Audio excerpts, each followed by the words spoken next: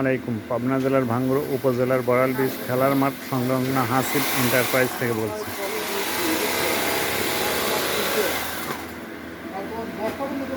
এখানে মিক্সার গোখাদ্য তৈরি করা হয়, মানে হাসিব অ্যাগ্রোফিড। এটি বাংলাদেশের বিভিন্ন জেলায় নিয়মিতভাবে সরবরাহ করা হচ্ছে। এখানে যে মালগুলি তৈরি করা হচ্ছে তা আগামীকাল সাভার একটি খামারে এবং জেলা ফরিদপুরে একটি খামারে যাবে। সাভার যাবে 200 বস্তা এবং জেলা ফরিদপুর যাবে হচ্ছে 250 বস্তা। এখানে 9টি আইটেম ভাঙানো হয়, যেমন ভুট্টা, জব, ছোলা, ডাবলি, খেসারি, ধুমসা, ধান, কালো জিরা সহ এভাবে 9টি আইটেম ভাঙানো হয়। পরবর্তীতে নারকেলের খোল, গমের ভুসি, মসুরের ভুসি, বাদাম খোল, সয়াবিন ভুসি, অ্যাঙ্কার ভুসি, ভুট্টা ভুসি সহ এভাবে আরও 10টি 11টি আইটেম সহ এইভাবে মিক্সার করে রাখা হয়। ব্যালসার মাধ্যমে এভাবে মিক্সার করা হয়। পরবর্তীতে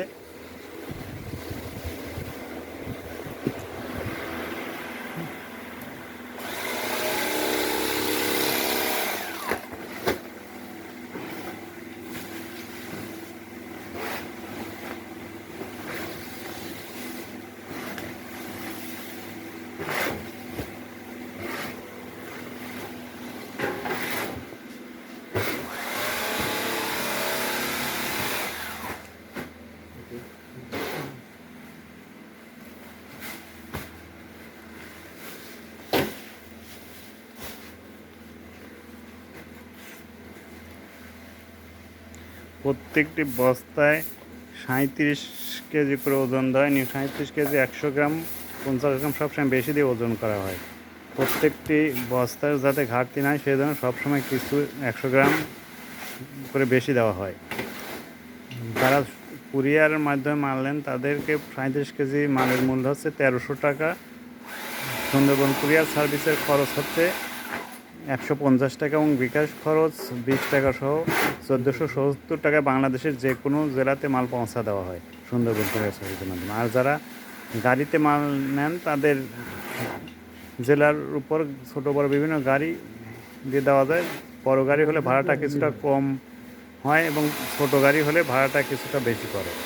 এটা দেশের বিভিন্ন জেলার উপর নির্ভর করে কোথায় কত ভাড়া।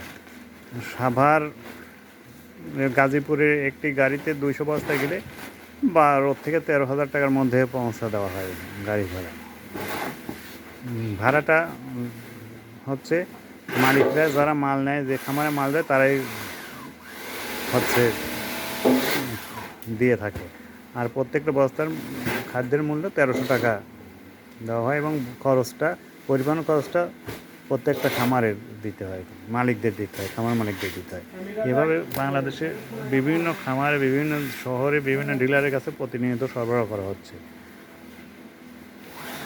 আপনারা যারা এই ভিডিওটা নতুন দেখছেন তারা অবশ্যই সাবস্ক্রাইব করবেন, কারণ নতুন নতুন ভিডিও পেতে চাইলে অবশ্যই হাসিব অ্যাগ্রোফিড চ্যানেলটি সাবস্ক্রাইব করে রাখবেন।